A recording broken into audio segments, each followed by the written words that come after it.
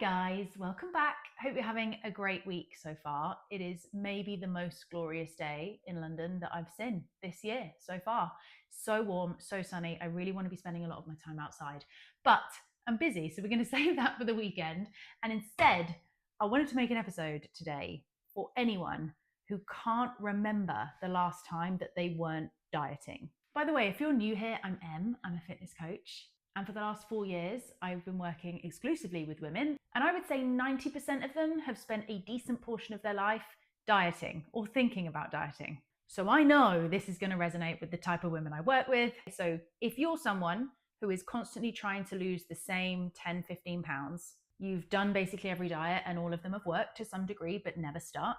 And if you're really honest with yourself, you're just a little bit scared about what would happen if you just stopped trying to diet, stopped thinking about fat loss. So without further ado, let's get into it. We're going to start with the big one. Why chronic dieting for a prolonged period of time, eventually stops working. So there are a couple of parts to this. One being physiological reasons and the other being more psychological reasons. So we're going to start with the physiology. What is actually happening to your body? So we start off in our calorie deficit and we're seeing fat loss week to week, month to month. We are seeing things tracking down. Measurements are getting smaller. You're seeing those weight trends over time and all is great. But you will, like any seasoned dieter, know that at a point, this starts to slow down and eventually kind of plateau.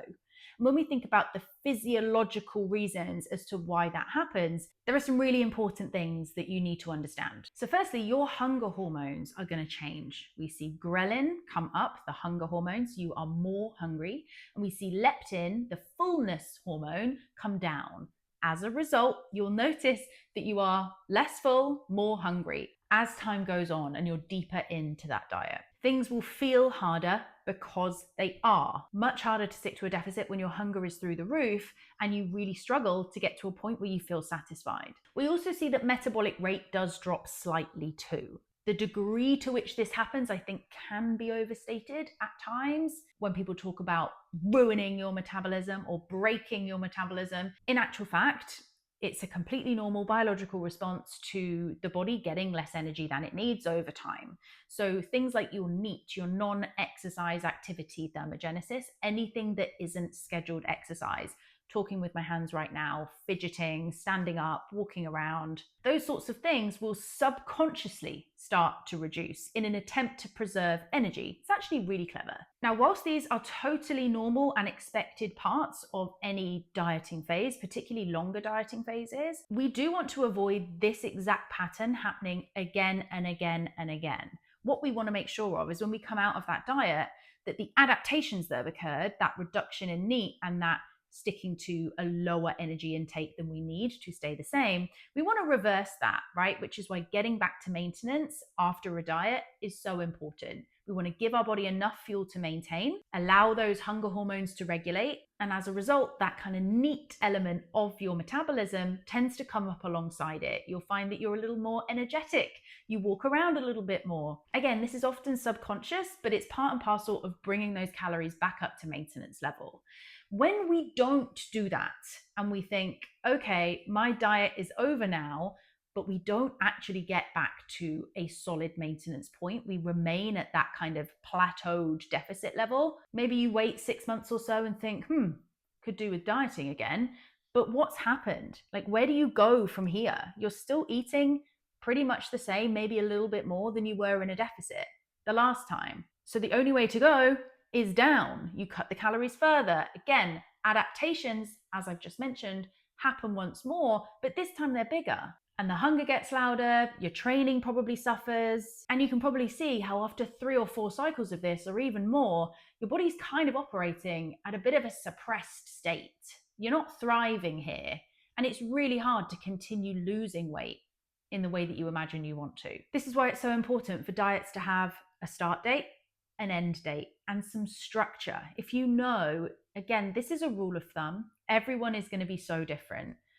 But generally, if you know you're going to be dieting for more than, say, 8 weeks, you probably want to think about having scheduled breaks at maintenance where you allow the body to catch back up. You're at maintenance for a short period of time, You allow that NEAT to increase, you allow those hunger hormones to regulate, and then go back in to that deficit.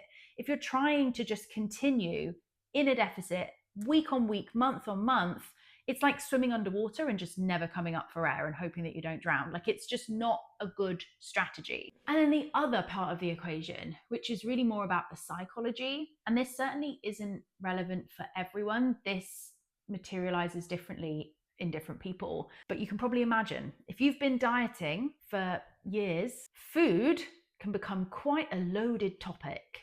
You can get to a point where you start to really micromanage every single thing that you're eating. You see food purely as calories, right? You're totting it up in your head, you're doing the mental maths.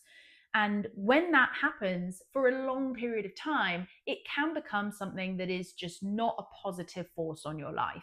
And it can impact your relationship with food overall and your relationship with yourself too. You start to see your decisions around food as some sort of moral test. Was I good enough? Was I bad at the weekend? How can I undo all the damage I did last week on holiday? This type of behavior where food feels loaded, it feels good, it feels bad, that in general is just not a good place to be for your physical or mental health. And it also isn't going to be very helpful when we think about making progress towards whatever physique goal you have, right? If you're talking to yourself like someone who should be punished or someone who has done something terrible, that isn't really an environment that fosters growth, development, progress. And again, if every day of your life for a prolonged period of time is spent calculating every single thing that passes your lips, that in and of itself is just fatiguing. It's not even necessarily that the deficit's in the wrong place or that you've restricted too much, although you might be. The actual mental load of doing all of those equations and having so many of your thoughts being centered around food is fatiguing in itself, which can really add to that overall diet fatigue, right? And when we get to that point where that deficit is stalling and we feel exhausted. Okay, so now we're going to talk a little bit about how you can figure out whether you're experiencing diet fatigue or whether you just need to try a bit harder. Okay? Because look, both exist, let's be honest. We've all started a diet one time or another and been like, haven't really given that my all. Probably should have just gone to the shops and got a food shop in so I had the types of foods that are going to be helpful for my fat loss phase rather than me needing to order 3 takeaways this week, for example, right? So we're going to look at how you can determine which state you're in. And if you're saying yes to any of these, then it's diet fatigue. 1, food takes up a disproportionate amount of space in your brain. First thing you think about when you wake up, last thing you think about when you go to bed. And when I say thinking about food, like we all think about food, right? I mean, more so, you are totting up the exact amount of food that you've had that day, making decisions about what you're allowed to do tomorrow based on your actions this week. That sort of behavior. 2, you've been gaining weight whilst feeling like you're barely eating. 3, you cannot tell when you're hungry anymore. The actual signal for hunger feels muted.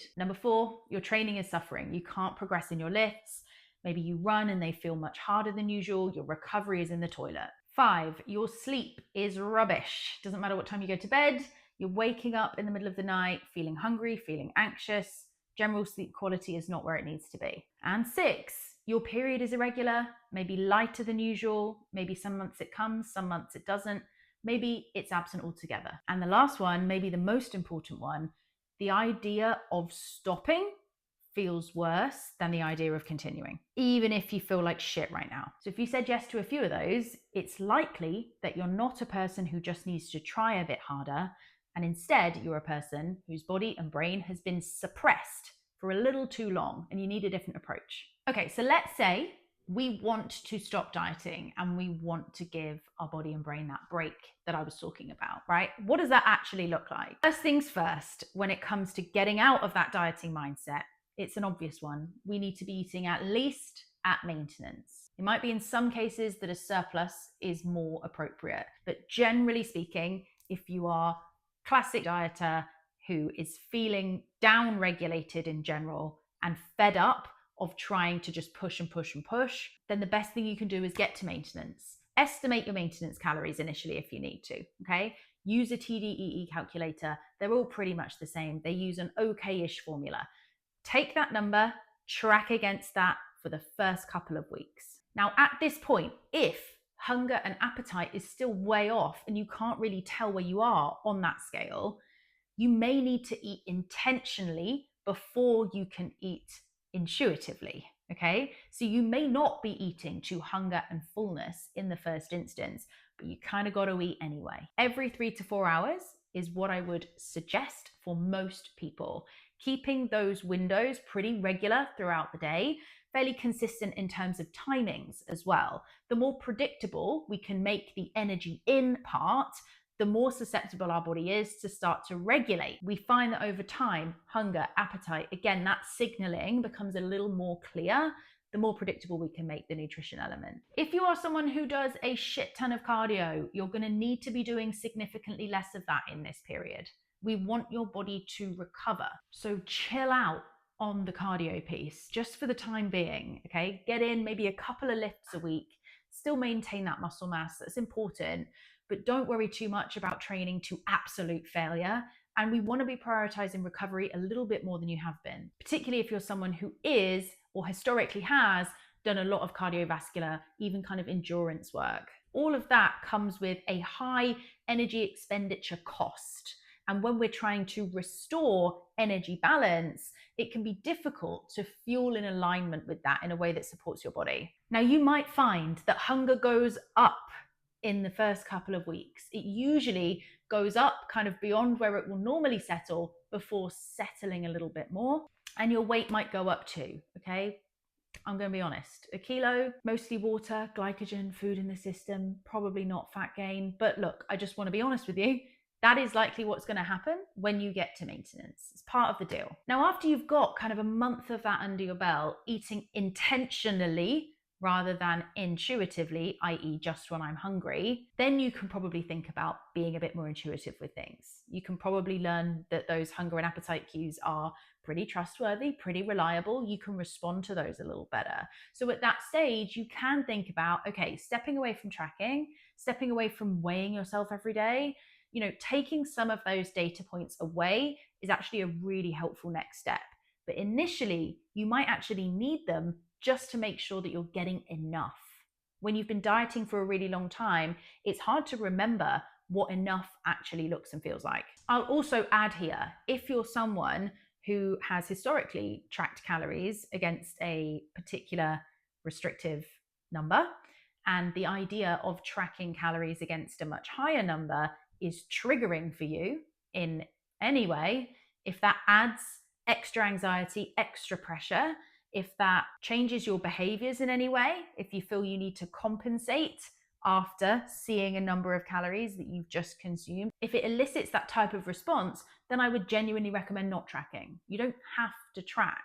If you have a coach, you could look at food logs, you could look at pictures of meals, or you could take a slightly lighter approach of just sticking to meals every 3 to 4 hours, including a good serving of protein, carbs, fiber, and fats. And there are lots of kind of portion size guidelines that you can use to help with that instead.